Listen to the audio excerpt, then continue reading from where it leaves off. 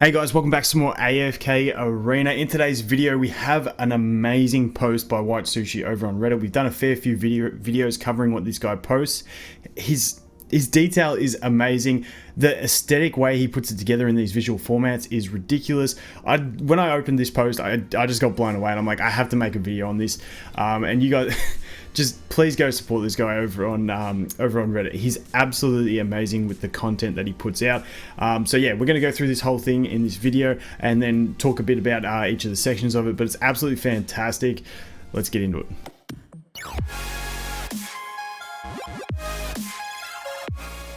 Okay, so the first thing on this post is going to be his general endgame PvE tier list, and these are going to be the heroes that you're going to want to focus on your wish list and stuff like that. Obviously, there's Celestials and Hypergenes in here, but you're not going to be able to wish list them. But the thing about this list is I cannot believe how much effort he's put in. He's even gone to the effort of putting his recommended signature item, not recommended signature item, but what he believes is the signature item required to make these heroes work. So if you look down the bottom here at the little table thing, it says TR means only used in Twisted Realms. So those boss fights, that's going to come down to basically Shimira, Grazul, and Warwick down the bottom there. They're just a bit of a meta there at the moment. Shimira only for the Nomura battle. But then the legend down here, S1, S2, S3, that's going to be 10, 20, or 30 signature item to be worthy of that tier. And then furniture is going to be your 3 or 9 to be worthy. And as he puts the little note, tier worthy means minimum requirement. These are not recommended signature items / furniture thresholds for the heroes. The one thing I'd say is don't look at this and think that if your Rowan isn't signature item 30, he's trash. Because honestly, a Rowan with level 1 signature item is still amazing. But definitely to get the full effectiveness out of him, you're really going to want to have him at 30. The other thing I want to mention, and like he says, this isn't recommendations, but I just want to throw a couple recommendations in there. Things like Gwyneth, for instance. 20 signature item 20 is where she starts getting the bonus attack when her or an ally close to her uses an ultimate. It's really required to get us to deal some really nice damage. But the other thing is, if you can creep her up to 25, if you don't want to do the investment to 30 and you can creep her to 25, she does get an attack speed increase. Similar with like Tassie. So my Tassie at the moment is at 15 signature item, just so she could get that speed increase. There's a lot of heroes like that, so keep an eye out for the level 5 increments of heroes, because it does normally add a beneficial stat as well on the signature item. Just something to look out for. But generalized, basically the only non-celestial hypergenes here are Stitchy or Damon, however you want to call him. Absolutely fantastic. He's absolutely destroying the PvE meta at the moment. Just the damage he deals is insane. Just an absolute savage there. Then we have also the Tassie. Tassie's just fantastic overall. You got the Sleep, you got the Banish, and then obviously Rowan. So those are the overpowered units. And then obviously you have the Mihira, the Aziz, the Twins, and the Taylene, just making up the core of that god comp between the 3 regeneration guys, and they're absolutely fantastic. Then we go down into the core members. These are going to be like team cores, so the vital units to have in some teams. Obviously we have Gwyneth for the Gwyneth comps. Gwyneth can be run with a lot of different things, but the main core is going to be having her with Arthur. Really nice in PvE anyway. In PvP she goes into a Zolrath comp, but that's a bit different. Sophia, obviously massive damage, has the pyramid, just great all around. Iron can be used with both Gwyneth and with Sophia, so really good unit there. Iron as well, another one of those ones that has signature item 30. He still works at 10, 20. I still think he's worthy of being in a core member of the team, but obviously signature item 30 is where he wants to be. And then we move on to Saurus. Now, Saurus is one, if you don't have him at signature item 30, he's pretty much not going to benefit your team in campaign, so you really want to get him to signature item 30, but just that healing that he can do, I've been falling in love with this guy lately. Pharrell, just a really core control unit for your team, absolutely fantastic. With that furniture item, Isolde is becoming an absolute savage. Signature item 30 and furniture 3 is the sweet spot, but if you can get that furniture to 9 as well, it's all good. The damage he can deal whilst also having ridiculous sustain and also gaining the effects of control immunity is fantastic. So he's just turned into an absolute savage since people started using him with the furniture. And then we have Thorin, who I like signature item 30, yes. But I feel like he can still be used with less than 30 signature item. The cheese can still work. Even a mythic Thorin can get some stuff done. If we're talking real end game, probably you need the 30. But Thorin cheese is still a thing without the maxed out signature item, in my opinion. And then you have commonly used, which is going to be all those heroes in, you know, they're really nice to help out support the teams, but they're not going to be the core units of the team that make the team function. They're just going to be the ones that complement it. Probably argument could be made for Kazza that he becomes a core member of a team with the Mihira and the, what's his face? Arthur. Arthur's actually a really good one. Another one that you really do need signature item 30 to actually have any function. But that's about all I'm going to go into there. You can have a look at it. Then he has the niche use, obviously, all these things. Drez, unfortunately, slips into niche, but he needs a big chunk of advancement with the 20 signature item and the 3 furniture. But I guess you can get some use out of him. In the niche units, my favorite one is going to be the... Cecilia in here. I just find her fantastic, especially for boss fights, but I just think that ring can be useful in a lot of places, so she's nice. And then we go down to underused. So if you're newer, don't get confused with this underused thinking Lucius is trash. This is talking about endgame, but I still think for early game players, building that Lucius up is a very vital part of your progression. Up to about like chapter 24 or 25, I think he's still completely fantastic. Still waiting to see Ezio. I'm still thinking that eventually, just with such a unique ability on the Ezio, I feel like he will creep up in the list a bit more.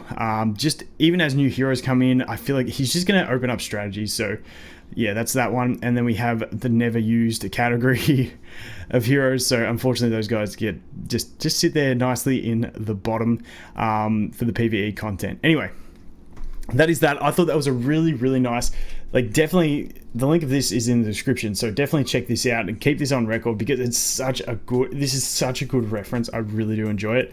Then as we move on down the list, now this is like a cheat sheet for players. So this is a lot of stuff that we've kind of spoke about, but this is the best representation. This is better than any representation I could have done of it. That's why we're putting this in the video, because you just gotta give credit where credit's due. This is better than anything I could create. So the store, basically, he's highlighted the 3 things that you always buy, and 100% you always buy these. Early on, the diamonds are a bit, the purple stones are a bit more expensive than 90 diamonds because you don't have the massive discount. I think at about a 30% discount was when I started buying them at full price. They're a bit steep for me, but you know, it doesn't take long to get the 40% off. Then you have the dust, which you buy daily. It's always there. You have the Poe coins, which you buy daily, always there. And then, like I said, when those stones pop up, you pick them up. And then he talks about the gold and purple emblems. It's up to you. If I have a lot of gold, I pretty much always buy the gold ones. They're always in need. And then if I'm running really short on the purples, sometimes I'll pick those up as well. Just sometimes, you know, I get a lot of units ascended. I want to bump them up to level 10 and I need some, so I'm happy to burn the gold for that. It's not great, but it's not the worst either. Then he jumps into the guild store. Obviously, never buy any gear from the guild store until it's mythic. Only buy mythic. Some people get tripped up because in the store it doesn't have a faction. It gets the faction after you buy it, but sometimes it will be factionless. And then for me personally, once the tier 1 upgrades come into the store, once you reach that point, I stop buying gear and only buy that, except with the exception of dimensional gear. If you need dimensional gear, I still pick that up.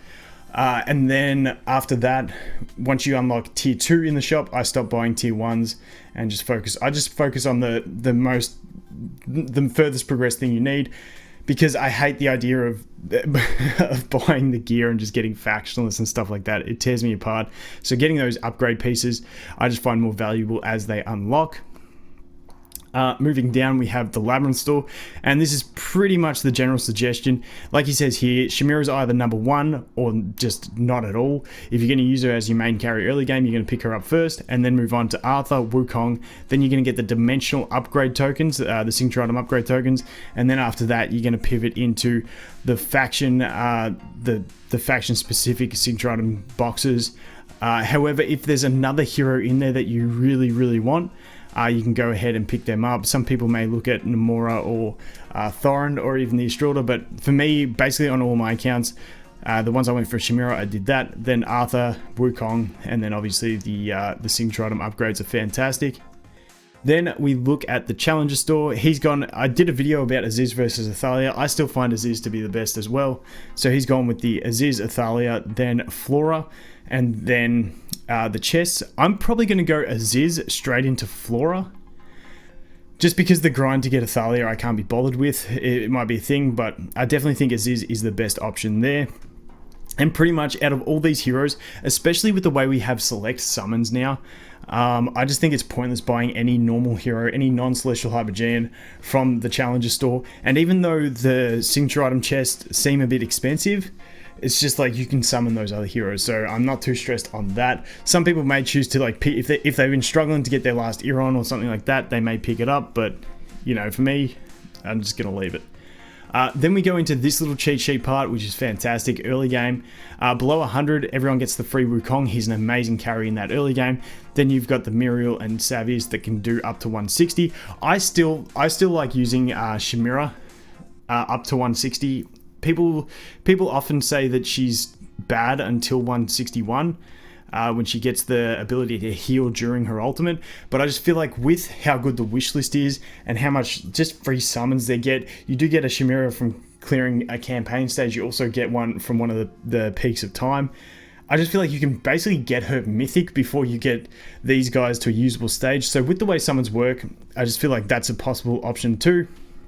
And same goes for any of these heroes. For me, Gwyneth dropped off a lot when she got fixed, so that her lightning arrows no longer stun unless she's at level 221. So her early game ain't going to work. Like it says here, Iron and her are going to be 240 plus, and that's pretty much, Gwyneth used to be amazing early game carry as well, but like he's put in this list, he's on the 240 plus just because she lost that ability to stun in the early game, which sucks. But Stitchy is just absolutely fantastic everywhere in my opinion now. Really good, and I think you can still kind of make Iron work below 240 as well, if you're just looking ahead in advance. So that is that. And then he talks about filling up the rest of your team with these heroes down here. Get a tank and a few supports and you should be good to go. He has the basic ascension chart, which we're not going to go into because most people will be across that. And then this is a really good one that I haven't actually made a video about, and I don't know why I hadn't, but the gear slot priority. This is a really good cheat sheet to go through. Basically, when you're getting them at Mythic, you want to get the boots first, weapon, hat, chest. It's basically just the stats. Boots, especially for damage dealers, they give you all the vital stats, which is fantastic. And then going from basic to tier 1. For strength and agility, you want to do boots, weapon, hat, chest. For intellect, you want to do weapon, boots, hat. And because the weapon's going to give the most attack, but on the other ones, the strength and agility, the boots are going to give you speed and dodge, which are especially dodge on the agility wearers is fantastic if they are your carry. Really important. And then tier 1 to tier 2, you're going to do the weapon first, then the boots, just because the upgrade stats on the weapon give you a lot more value than the boots. And then it's going to stick with hat, chest after that. And then down here, this was an interesting one for me. He goes into the faction priority. So he reckons for new players, go Lightbearers for faction scrolls until you have at least 3 to 4 copies of Rowan, and then move on to Wilders. As for heroes, he says Graveborn mathematically are the best faction, giving the least low tier heroes from his tier list here. Now, I think there's a couple exceptions to this. If you do, if you are going to go like a Chimera carry, I don't see any issue with going Graveborn straight off the bat, because you may pick up a few copies of Stitchy and be really set. Like he says, you're also going to pick up your Izolds, who's a beast now. You're going to pick up Pharrells, Naras. There's a lot of decent heroes you are going to pick up, like he says, so I don't see an issue with going Graveborn, especially if you luck out on normal summons and get 1 copy of Rowan and you can just use him for the potions early game. I think that's perfectly fine as well. Lightbearers obviously are going to be fantastic because you've also got the Lucius, which is great for early game, and then Wilders just have the best. I feel like Wilders have the best wish list at the moment because you just go straight like a Namora, Tassie, Iron, and Saurus, and you're pretty much happy with anything that you pull from that. So, like he says, you can do that. Otherwise, I think you can just go Graveborn or just go Wilders, depending on what you're doing as well. Just just don't go maulers is pretty much the basic gist there. And then the example start here is basically saying that if you need legendary plus tier heroes to be able to increase the level of your crystal, just make the fodder ones legendary plus so that eventually you can feed them. Don't be making legendaries of ascended tier heroes that you're then not going to ascend further, because then you're just wasting the food. At least with those legendary plus tier heroes, you're going to feed them to make things mythic eventually. And then the final thing here is the signature item cost for the upgrades. As you can see, purple's 200. Actually, you probably can't see because my face is in the way, but it's going to be purple's at 200, gold's at 240. The faction ones are going to be 300 to get to 30, and then for Celestials, Hypergenes, and Dimensionals, you're going to need 1050 to get to level 40 with them. Me personally, I don't see, like if you're a whale, you can go to level 40 with them. If you're not, I'd rather get the extra effects of all the different heroes having level 30 than to get one up to level 40. That's just me personally. I've got Taylene on one of my accounts. I'm still not going to take her to 40 just because I'd rather get more things to 30. But that is the recap on this amazing list by Whitesushii. Like I said, links in the description. Definitely save this one to your computer. Set as your background. It's such a good guide. I can't believe it. Massive props to Whitesushii for this, and also to the credits that he gave. Special thanks to Nescafe N7 from Casuals 3, and I'm tipping that is his Reddit name there. So big shout out to those guys. A fantastic piece of work. Definitely get around Whitesushii over on Reddit. I know I've said it a few times, but you've really got to support this guy. He's doing some fantastic stuff for community. And like I said, this is better than anything I could ever put together. So massive props. Anyway, guys, thanks for watching. Hope you have an awesome day, and I'll look forward to seeing you in the next one. Cheers.